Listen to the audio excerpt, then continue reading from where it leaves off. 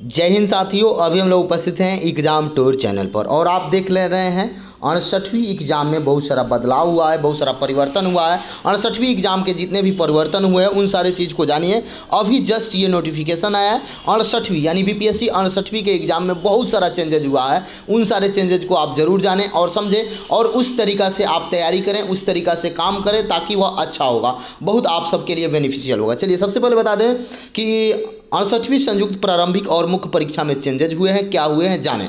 सबसे पहला चेंजेज ये हुआ है कि आपका एग्ज़ाम का जो फॉर्म अप्लाई कर रहे थे 68वीं को लेकर उसका डेट एक्सचेंज हो गया है। उसका डेट अब यानी कि आपका आज तक था जिसको बढ़ाकर 30/12/2022 कर दिया गया है, यानी कि 30 दिसंबर तक आप फॉर्म अप्लाई कर सकते हैं। आगे देखिए क्या क्या चेंजेज हुआ है। दूसरा चेंजेज आपका ये हुआ है कि निगेटिव हो चुका है। तीसरा चेंजेज क्या हुआ है सब देखेंगे। मुख्य परीक्षा में क्या चेंजेज हुए हैं, संपूर्ण चेंजेज आपको मिलेंगे यहाँ पे।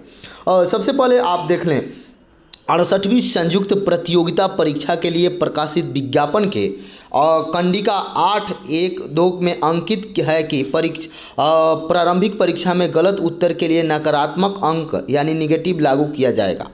तदनुसार आयोग द्वारा सर्वाधिक अभ्यर्थियों से प्राप्त मत यानी कि बहुत सारे विद्यार्थी ये बोले थे कि सब निगेटिव किया जाए। अब देखिए क्या है, तदनुसार आयोग द्वारा सर्वाधिक अभ्यर्थियों से प्राप्त मंतव्य या मत 150 क्वेश्चन के 1B में यानी कि 1/4 यानी कि 1/4 के आलोक में उक्त प्रावधान लागू करने का निर्णय लिया गया है, जिसकी प्रक्रिया निम्न प्रकार होगी।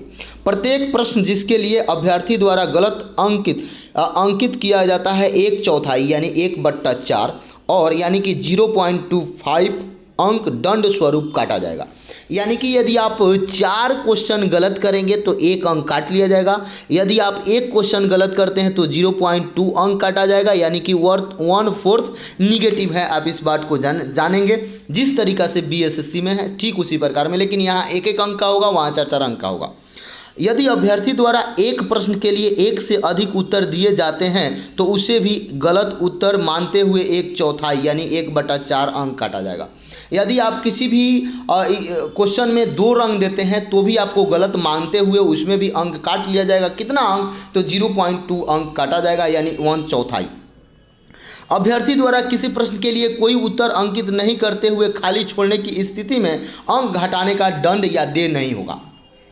यदि अभ्यर्थी किसी भी क्वेश्चन को नहीं रंगते हैं और उसका उत्तर कुछ नहीं देते हैं तो आयोग के द्वारा भी कोई अंक नहीं दिया जाएगा और आपका भी कोई अंक नहीं काटा जाएगा। यानी कि जिस उत्तर को आप रंगिएगा उसी उत्तर पर आप यदि सही करते हैं तो आपको 1 अंक, यदि आप गलत करते हैं तो आपको 0.2 अंक काट लिया जाएगा, यानी कि 1/4 निगेटिव। आगे देखिए मुख्य परीक्षा में क्या क्या चेंजेज हुए हैं इसको जानेंगे। मुख्य परीक्षा में वैकल्पिक विषय के लिए क्या क्या चेंजेज हुए हैं इसको जानेंगे। समाधान हेतु अभ्यर्थी द्वारा दिए गए मंतव्य के आलोक में आयोग द्वारा संयुक्त मुख्य परीक्षा यानी लिखित प्रतियोगी परीक्षा की संरचना में संशोधन किया गया है, जो संशोधन निम्नवत है। 1 में देखिएगा संरचना निम्न प्रकार है। विषय कोड 01 जिसको सामान्य हिंदी आप बोलते हैं, टोटल इसका पूर्णांक 100 अंक का होगा। परीक्षा की अवधि 3 घंटा की होगी। और दूसरा कोड में देखिएगा 02 यानी सामान्य अध्ययन पत्र संख्या 1, पहला था हिंदी तो उसका 100 अंक का होगा, 3 घंटा एग्जाम अवधि होगा। दूसरा 02 वाला था सामान्य अध्ययन पत्र 1 यानी जीएस पेपर 1, अंक होगा 300 का, समय दिया जाएगा 3 घंटा। तीसरा कोड में आइएगा सामान्य अध्ययन पत्र 2 यानी जीएस पेपर 2, ये भी होगा 300 अंकों का, समय मिलेगा 3 घंटा।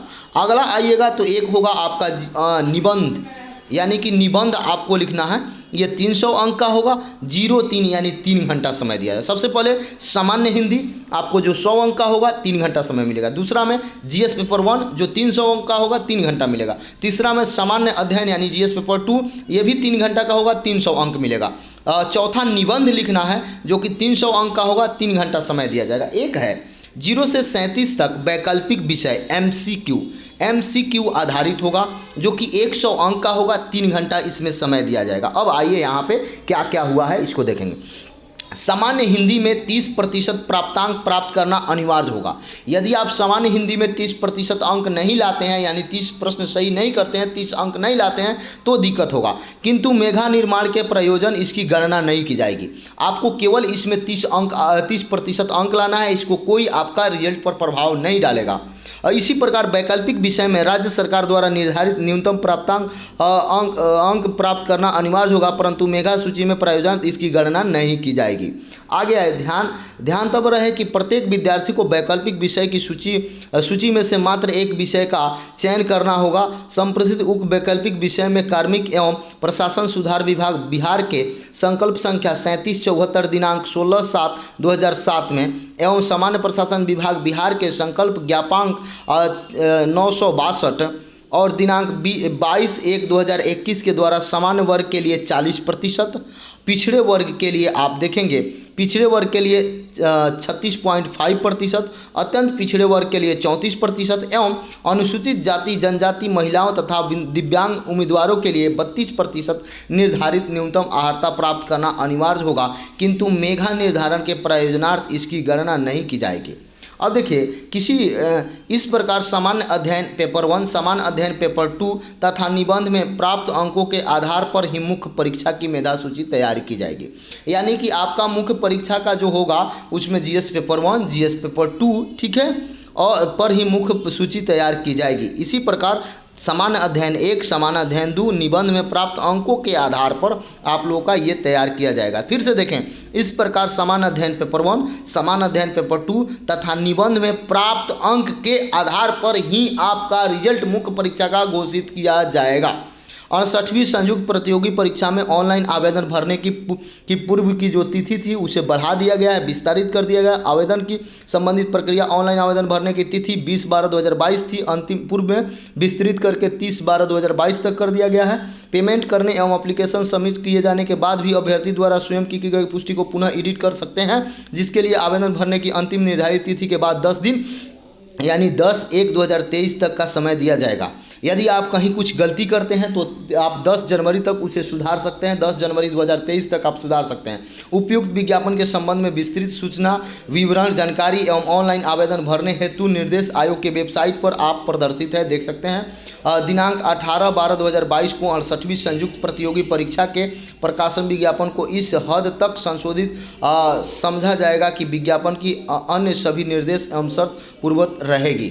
यानी परीक्षा नियंत्रण बिहार लोक सेवा आयोग पटना, आप देख सकते हैं, समझेंगे, जानने का प्रयास करेंगे। और जय हिंद, जय भारत, जय युवा। यदि आप एग्जाम टूर पर नए हैं तो एग्जाम टूर को जरूर सब्सक्राइब